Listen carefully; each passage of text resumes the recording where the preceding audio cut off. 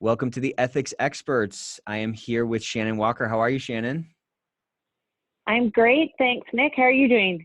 I am great. Thanks so much for joining us today. I've been excited to get you on the Ethics Experts since we met, and yeah, thanks for joining us. No problem. I'm looking forward to the conversation. Yeah, we've been talking. We're in full-on coronavirus scare down here, and I'm sure it's the same up by you. But how has that affected your business so far? Well, it's actually interesting. It has affected us specifically in our office because we have one employee who's self-isolating due to potential exposure. We've also had guests who've been meaning to visit for quite some time who've had to cancel their plans due to corporate head office directives. Right. And we are finding as well that we are getting a lot of calls through our hotline from people who are wondering about what to do about the coronavirus. They're reporting on colleagues who they think potentially could be sick. So it's creating an uptake in our call volume, and it's something that's just unprecedented. Yeah, so it is it's unprecedented, and we're seeing some different reactions from different clients and different companies really across the board. How do you see kind of some of your clients kind of handling it, and what do you think some of the best things you've seen are? Well, I think the best things I've seen so far are those companies that are proactively addressing it and communicating to their employees about potential pandemic strategies, and certainly doing the evaluation of the ability of those employees that need to work remotely, and taking into consideration as well those employees who have young children or elderly parents that may need additional support and additional ability to self-isolate so that their family members aren't infected. So it's I find right now as well is that everybody is really sort of hunkering down and doing the self-assessment or the corporate-wide assessment. So it is a bit of a distraction from day-to-day business as everyone is trying to figure out what the best strategy is. Yeah, I think we're seeing a lot of the same things, and I think time will tell whether it was too much or not enough, or too little, too late, or what. But it is, as you said, totally unprecedented. Yeah, it's a strange new world. It But is. certainly, I think with both of us being in the business that we're in, it's a great opportunity for us to support our clients in whatever way we can, and augmenting our contact center sort of experience to help them triage those calls that are related to the coronavirus and people's worries and need for more information. Yeah, that's a great point. Why don't on that note, why don't we kind of rewind a little bit, and why don't you tell our listeners kind of who you are, the business that you're in, and how you help kind of drive cultures and drive ethics and compliance, across the world. Okay. So my company is Whistleblower Security, which I founded about 15 years ago.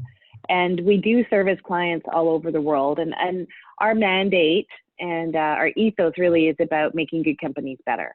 So people that choose to work with us, I think, are committed to supporting their organization, to supporting their employees, to try and create a stronger culture, a more open culture, and create opportunities and strategies for their employees who feel they can't go to the direct supervisor for whatever reason, then they still have a path to speak up. And through our hotline service, through our Integrity Counts platform, and through all of the support that we do with our clients to ensure, one, we're kind of replicating and advocating their corporate vernacular, I think that we become a very good partner to those organizations that really want to be better at what they do and the environment that they provide for their employees and for their clients as well. So when you get involved with an organization, you said you make good companies better. When you get involved with an organization, how much of what you're doing for them is executing their playbook versus you bringing sort of expertise or, additional spices to the dish? Oh, that's a really good question. I think that when a client decides to come to us, they're already somewhat down the path in exploring and knowing that there's opportunities to improve or enhance whatever their playbook currently is.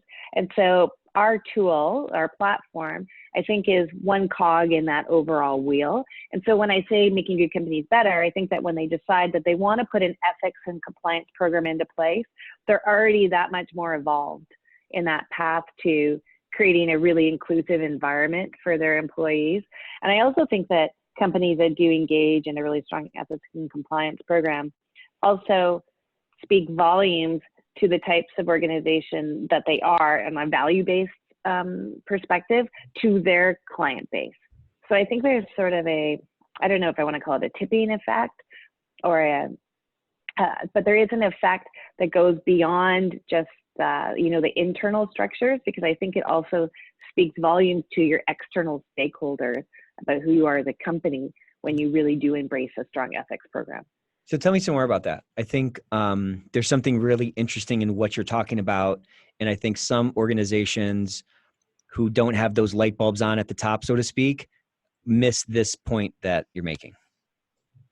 Okay, so I can think of I'll think of an old client of ours who had a really well-developed, sophisticated ethics program, and they embedded their ethics program and the values of the foundation of that ethics program throughout the entire organization.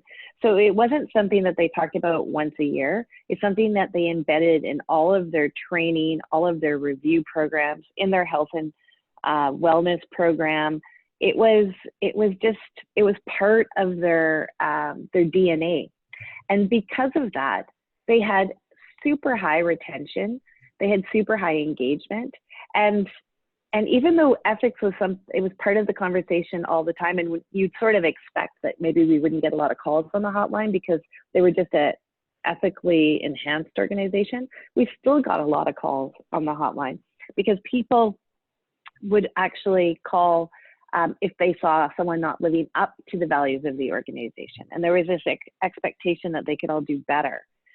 I had huge admiration for this organization, as well as the team that ran the program, because it was part of their whole sort of moral code, really. And what I found is that like that organization, compared to some of our other clients who perhaps tick the box and they need to have an ethics program or they need to have a hotline to fulfill a regulatory requirement, the essence of the organization is far different. And I do think that there is a retention and an engagement component that is enhanced when you have a strong ethics and compliance program. It's sort of a foundation for the culture. And like you said, that foundation can build a sort of skyscraper of engagement and a skyscraper of high intention that is not really possible without that lifeblood running through the company. Yeah, I totally agree with that. And I think I find even within our organization at Whistleblower, I think that our employees are that much more engaged because of what we do. And I think that they're committed to this company and committed to the platform and committed to our clients because we all feel like we're doing something that has real intrinsic value to it. Yeah. We're really helping people. And that's sort of that's why I think, you and I both, I think, feel this, it's a great place to be. And it's certainly a great place to be in this time and place in the business world, because again, over the last decade, you just see the talk of ethics becomes more and more prominent.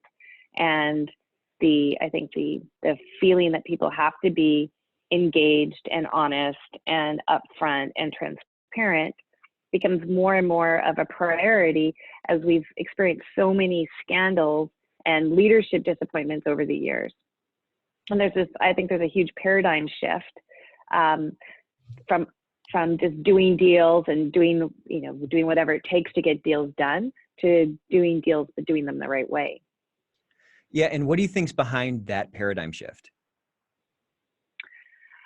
Well, I think there's been a lot of high publicized really unfortunate incidents.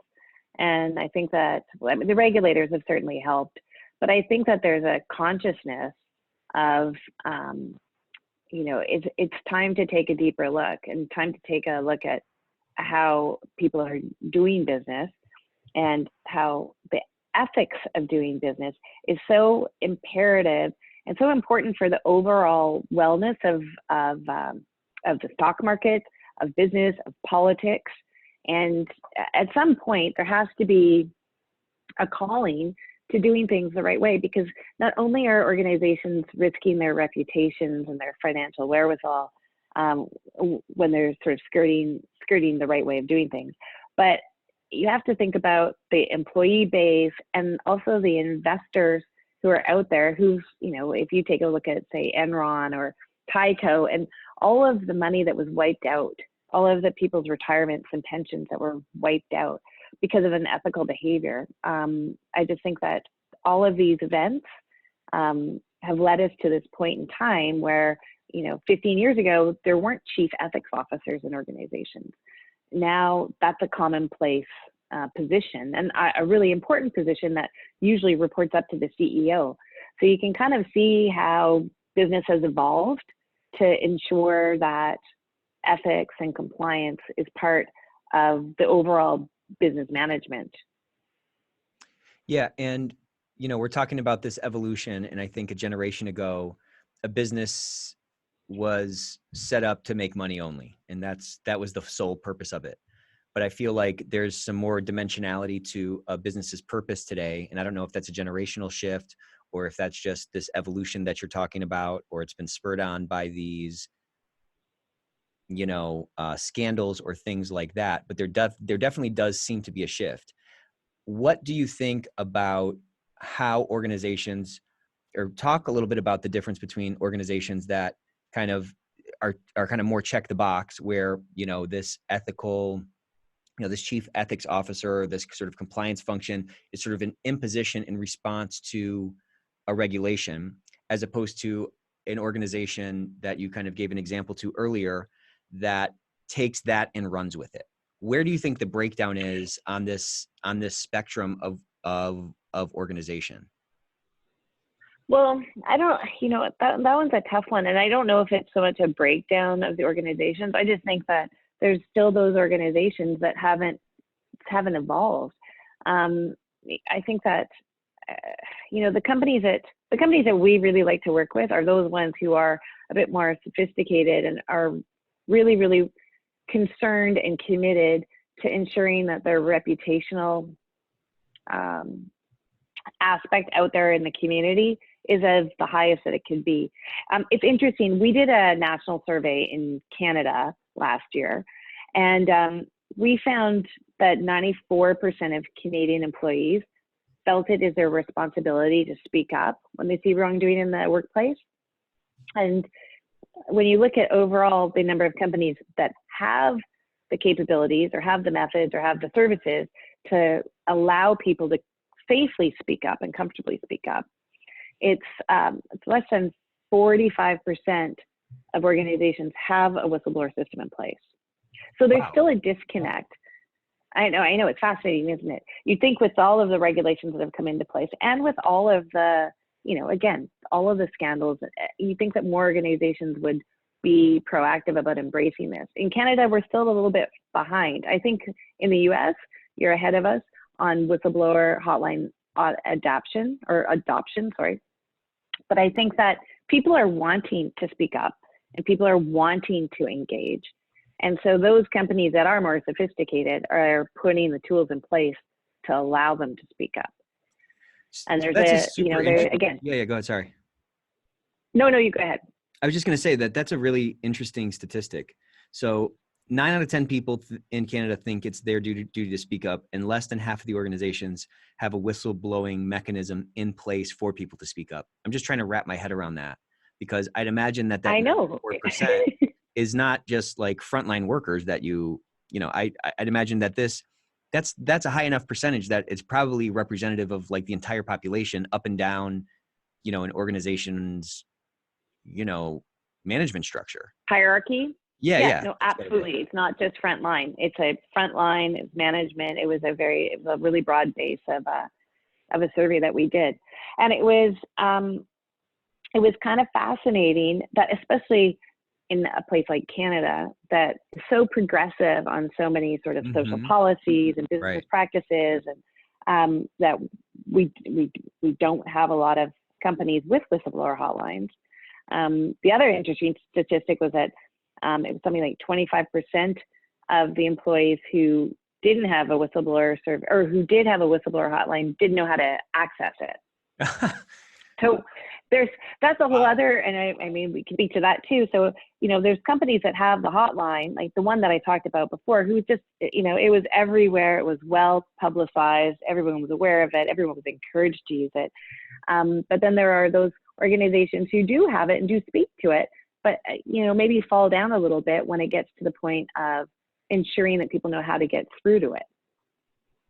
And I mean, So how do there's you a lot explain that? of, How do you explain that, or what do you attribute that to? Because I mean, well, all these statistics are extremely interesting. Again, particularly slated on the Canadian thing, which to your point is more progressive, and so forth. Well, I think sometimes where organizations fall down is in the inability to kind of have a cross silo mandate. So sometimes, the ethics and compliance program, maybe it's under HR, maybe it's under legal, maybe it's in its own ethics and compliance department. But the reality is that you really need to have managers across the entire organization embrace it. And so if you've got operations and you've got finance and they're not speaking to HR and not really incorporating HR policies to a greater extent, and sometimes that hotline and that service gets lost in the mix. And so that's where I think it really needs to be embedded across every department in the organization, so that it can truly be effective and truly be embraced. So do you feel like it's a function of just siloing within an organization as it grows? I mean, I don't think it's probably somebody saying, okay, well, now we got the hotline, let's just kind of hide it.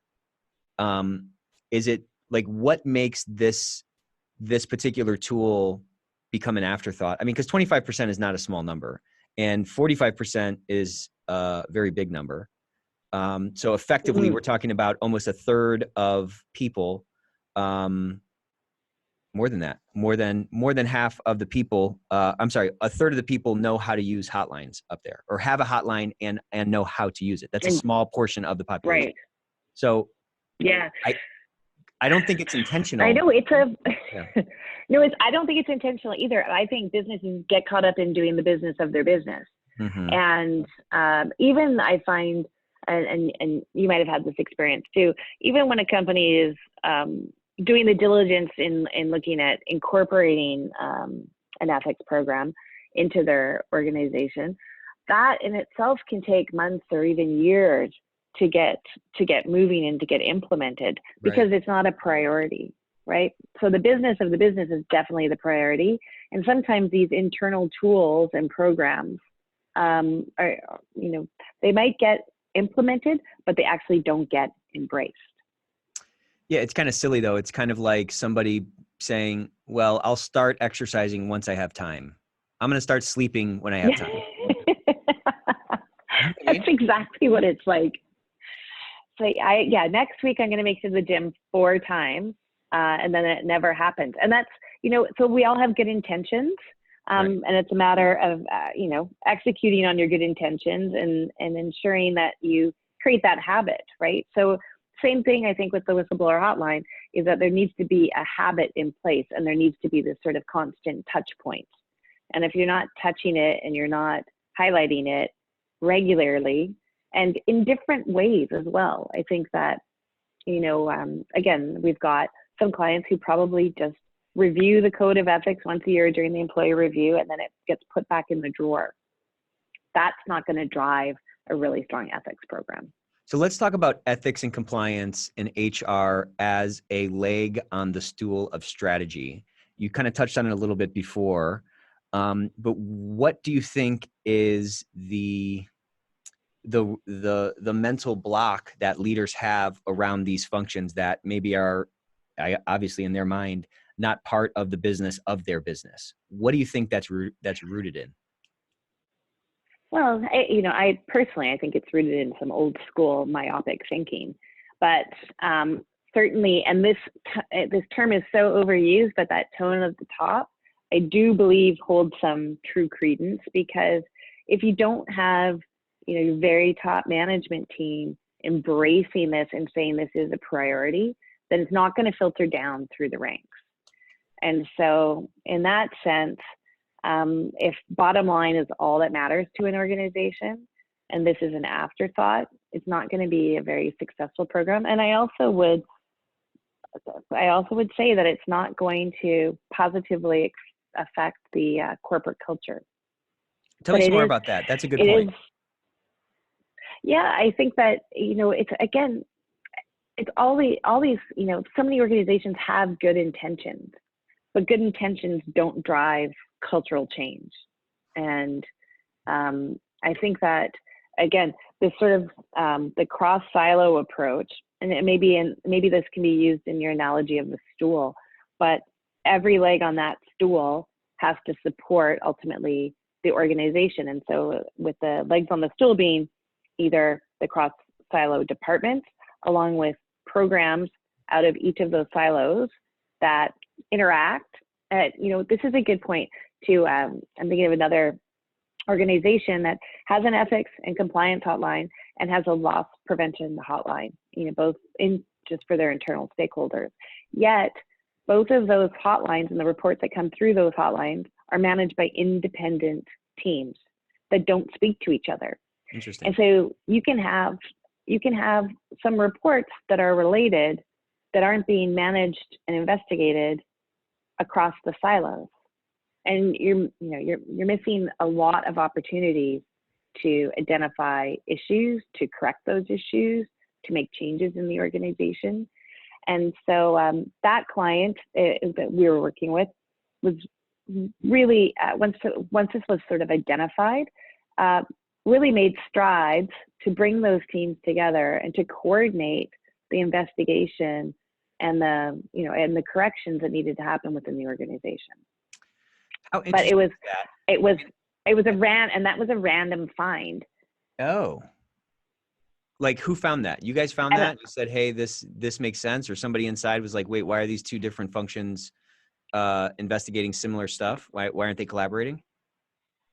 Exactly. We were working on one side of the business and ended up meeting with the other side of the business, and then said, we need to actually work together with all of you and have a holistic database of management, because there's stuff that's getting missed.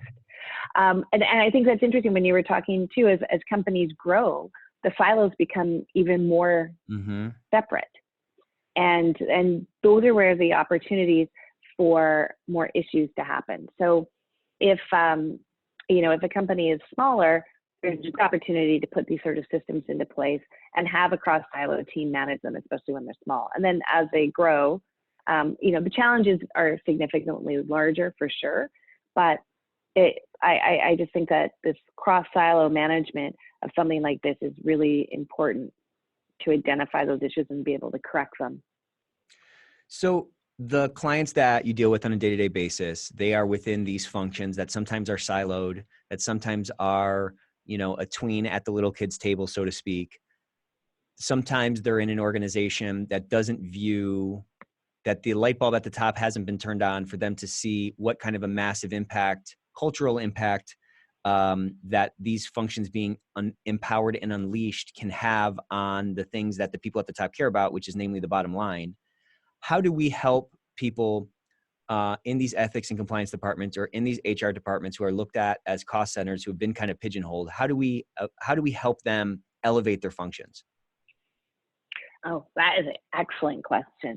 I think there's a couple of ways. I think one, if you can try and show a return on investment to those people. So I always say if you uncover one issue that either results in some sort of financial restitution or results in, a toxic individual being terminated, right there is your, your effect on the bottom line.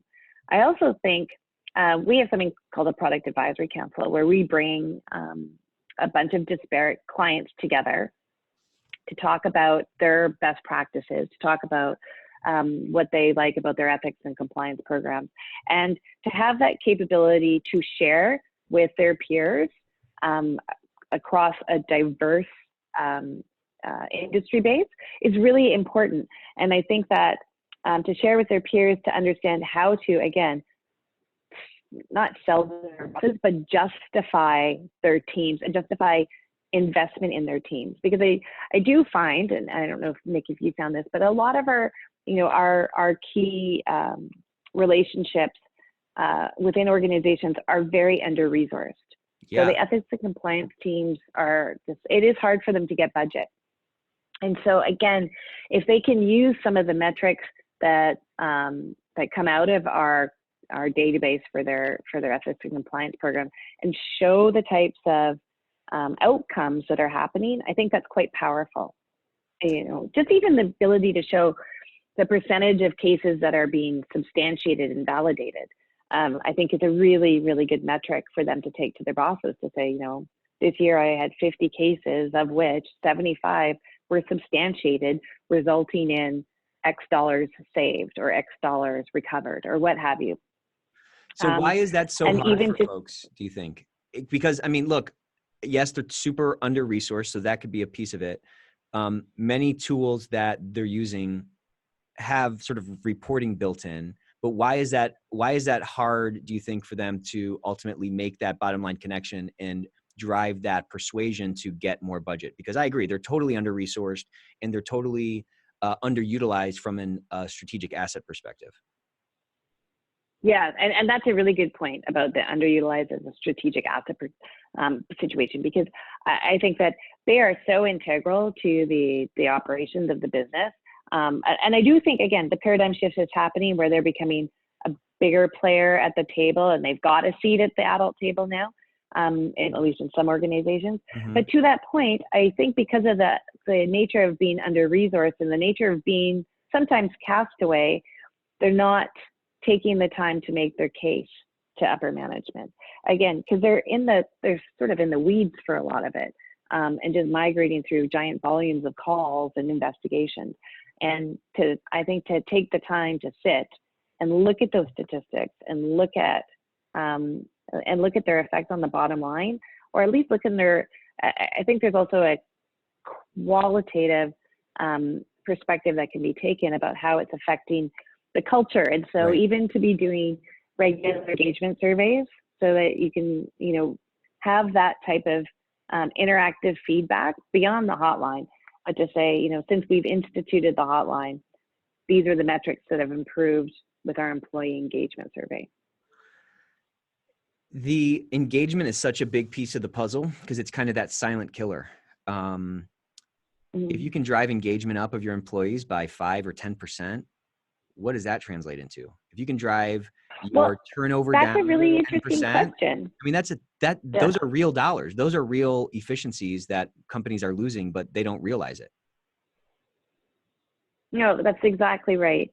I think that gets lost in the mix too. And I think if an ethics and compliance department really looked at how their retention program was going, and worked again cross silo with HR to really understand how retention and recruitment are being affected by their or influenced by their ethics program, then they'd have a much stronger argument to their management team about the value that they're bringing to the table. So you guys have a great culture. You and I kind of nerd out on this stuff, and I think as you've told me about your culture and as I've sort of seen it in action, online and things like that, like there's a certain authenticity to it that really resonates with me. And I'd love for you to kind of talk a little bit about how you've been so intentional with the culture that you've built. It's funny that you say we nerd out, because I guess we really kind of in this space are a bit nerdy. And certainly, I don't know if you found this, but when people ask me what I do and I tell them, they're always sort of struck and confused. They didn't know a business like this could even exist. Right. And one of the things that I have to say about being in this business and having the team that we have at Whistleblower is that everybody is really passionate about what we do. And we really feel that we are helping organizations create better places for their employees and be better stewards in general. And one of the things that we do is, I think, we're pretty flatline across our management. So we're very inclusive and we're very collaborative. And that's been a really important component of the culture that we've created. And I think that, we have things like a vegetable garden and the dogs come to work, and we're pretty flexible with our hours and ensuring that people have good work-life balance and all of that. Like we want people to really enjoy coming to work, but also we really, really value that everyone's got busy lives outside of work. And so we really try and incorporate everyone's needs to ensure that they're supported and can still really do their jobs well.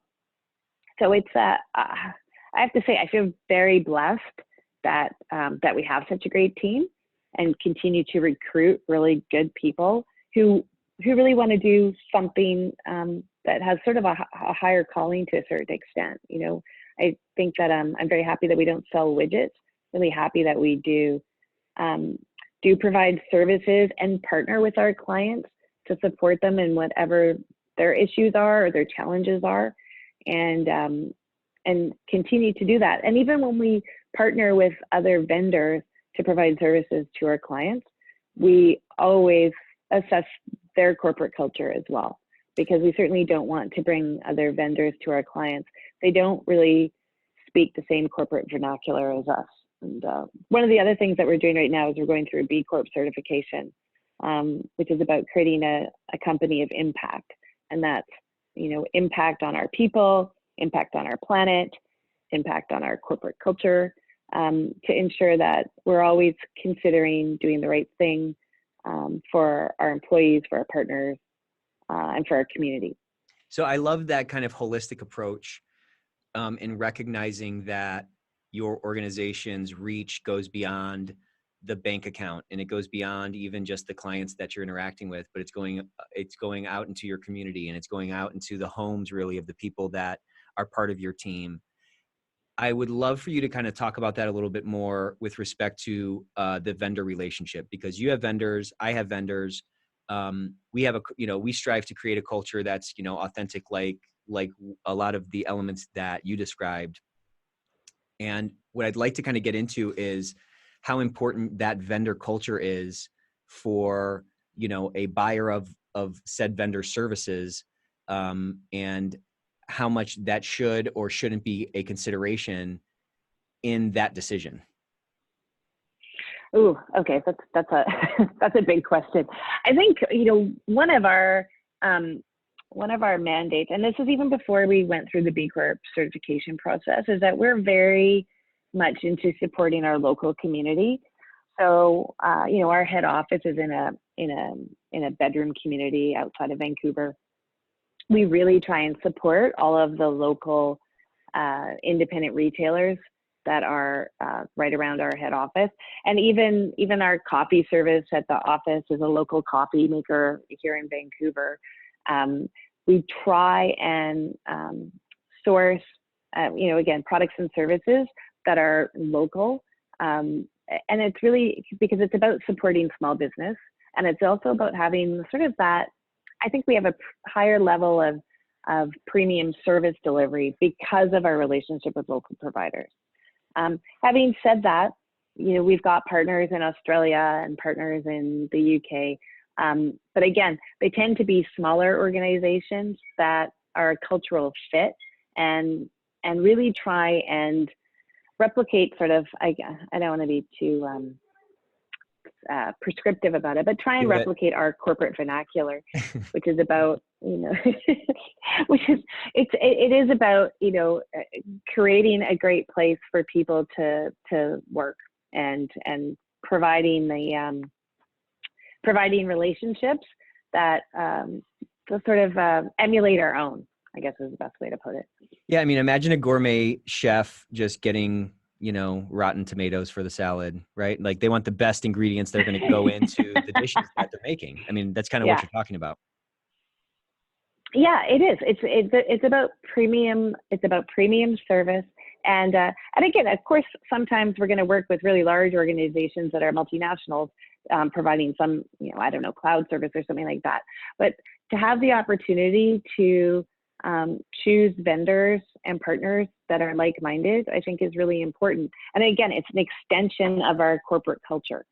So I just think it speaks volumes, and it helps us all, live those values day to day. So let's kind of flip that question on its head, and how important, or I guess kind of dive into that with respect to the services that you provide. How important is the culture of empathy, which is really what we're kind of talking about here? How important is that culture, is that cultural element in a vendor that's providing sort of incident intake services and hotline services for a purpose-driven organization, or from an ethics and compliance organization that's really trying to make a difference in their company? I think the empathy is core to everything. And again, that's one of our core values. And certainly from an intake perspective, when someone calls the whistleblower hotline, they can be completely unnerved, they can be nervous, they can be emotionally distressed. And our directive to all of our team is that we are going to provide the warmest, most comforting, empathetic environment for that caller when they finally decide to reach out. Again, people put their lives at risk, they put their careers at risk, they put their reputations at risk when they decide to speak out. And they need to be acknowledged for how brave and courageous they are. So from our perspective, if one of our intake specialists has to take 4 hours on a call, that's fine, because our first mandate is to ensure that whistleblower feels safe and comforted and is supported throughout that call. And then the second mandate, of course, is to get as much information as possible from them to help our client do any kind of investigation that has to happen. So the empathy is a huge driver within our organization, both not only from our frontline intake specialists, but throughout the organization. And it's something that is, I think, front and foremost for us in our service delivery. We say that we deliver human-powered ethics programs, and that's because the humanness is the thing that differentiates us from a lot of other contact center environments. We don't assess our agents on call handle time. Again, if they take 2 hours, they take 4 hours, that's fine, as long as they ensure that person is protected and comforted when they're calling us. So I think this is a really important point, particularly for, so I'm just going to kind of paint a picture here. There's an ethics and compliance officer or office who recognizes the strategic impact that their organization can have on their broader organization that they're a part of. They are looking for an incident. They're looking for an incident intake solution. How do they equip themselves to dig out the type of experience that their callers, who are their employees, the people that they're stewards of, are going to have, and how do they work that into the broader picture of solution delivery, boxes that I need to check from a sort of objective standpoint, and then also kind of the feeling that they want those people to have? Okay, so that's a really interesting question, because I do find that when people are searching and doing the due diligence for a tool or a service like ours, they do go through that checklist, and it's about the technology, it's about the security, it's about the functionality. Right. Yeah, the reporting. And again, assessing the humanness of the service delivery does get lost in that diligence process. I agree. And I think it's probably it's a really important component of it. And so you can go through your checklist and get everything checked off. And then if the ultimate experience for the caller is one where he feels like he's ordering a Boston pizza, which is a chain up here in Canada. I don't think you have it down there, but Yeah. you know, we're not about pizza delivery. We're not order takers, Right. right? We are. I think this is where I go. You want a partner in this environment that is a collaborator, a supporter, an empathetic shoulder, really. Well, And so, you know, go ahead. Oh, I was just going to say, part of the problem, and I'm just going to say it, is how the salespeople end up pitching it and how they end up sort of guiding the person through the process. If it's kind of look at the birdie, look at the graphs, look at the functionality of the website, and they deprioritize the thing that actually is going to affect the culture first and foremost, it ends up focusing people on the things that are really, in my view of the world, a little bit less important, particularly to the extent that, these trends are in place everywhere. Am I going to speak up? What does that experience look like? Is it hard to report? Is it not? Is there empathy when I call in, and am I treated like a human? Those are the things that are going to end up rippling through the culture, not the graphs or the dashboards in the office of 5 to 15 people that are managing those cases. Yeah, that is such a good point. And from that perspective, one of our business development managers is a former intake specialist who started with our business taking those whistleblower calls and then trained the whistleblower agents and then now actually sells the service. And what I love is that she has the perspective and the insights of being there on the front line, taking those calls from people who are crying and distressed. Right. And now she's actually selling the service. And so she can really bring a perspective that not very many people can really relate to. And so to that point, I think that if you are talking to a salesperson who's being very metric driven and here's the dashboard, you need to take a step back. You're absolutely right. What kind of experience are my employees going to have when they finally use this service? I think it's imperative that it is a very human, very warm, and very supportive experience for those people. Yeah, and like you said, if the intake specialists are viewing the callers as another number, as just another sort of voice on the end of the phone, and not viewing them as a human who maybe was driving to work with a knot in their stomach yet again, who went home with a stomach ache yet again, who couldn't sleep yet again because they're being abused at work or because they saw something and they're going through this internal battle of, should I speak up? I feel the need to, I feel compelled to. And there's none of that, I guess we're talking about empathy again. If there's none of that empathy there, the experience of that person calling in is going to be starkly different than if they're calling into a place like yours, where there's none of those sort of objective metrics, choking the intake specialist and really dehumanizing them. Mm-hmm. Mm-hmm. Exactly. It's and that's why, again, I think that we really like to think of ourselves as a boutique service where we're creating an experience.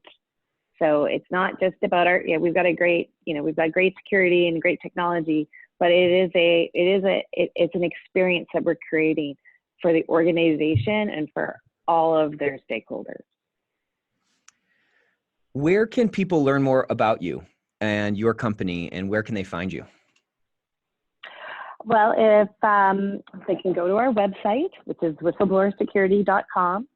And there's a lot of great information on the website and videos and ebooks on creating great cultures and all the rest of that. So I welcome anybody who'd like to learn a little bit more to reach out to us there. And is that survey that you guys did on your website too? I think there's some really cool statistics in there that probably are going to translate, at least directionally, regardless of which side of the border that folks are on. Yes, and that's a good point, actually. We always, up here in Canada, we always sort of extrapolate any kind of results and say, basically, you times them by 10.